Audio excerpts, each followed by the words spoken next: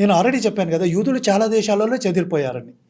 So ఈ మెస్సయ్య వస్తాడు అనే ఒక సిద్ధాంతం మాత్రం యూదులలో ఉంది. సో ఈ మనకు ఆల్రెడీ తెలుసు, ఈ రోమన్ రాజులంతా కూడా ఈ యూదా మీద పాలన చేశారు. అంటే యూదా అంతా కూడా ఈ రోమన్ రాజులకు బానిసలుగా ఉన్నారు. సో ఇదంతా మనకు తెలిసిందే. సో ఒక టైంలో ఏం జరిగిందంటే, ఈ మెస్సియానిక్ మూవ్మెంట్లో రకరకాల కథలన్నీ బయటికి వచ్చాయన్నమాట.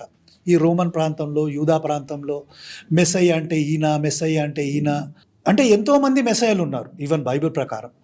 సో అప్పుడు క్రమేణా ఈ క్రైస్తవుల సంఖ్య పెరుగుతూ పోయింది ఆ యూదా దేశంలో, యూదా ప్రాంతంలో పెరుగుతూ ఉంటే అప్పుడు రోమన్లు ఏమనుకున్నారంటే, ఈ క్రైస్తవులు అనేవాళ్ళు ఎవరో తెలియదు, ఎవడో మెస్సయ్య వస్తాడని తెలియదు. అంటే దీని మీద కొన్ని బ్రహ్మాండమైన వీడియోలు కూడా ఉన్నాయండి. మెస్సయ్య గురించి చాలా వీడియోలు మీకు దొరుకుతాయి. సో అప్పుడు రోమన్లు ఏం చేశారంటే, వీళ్ళని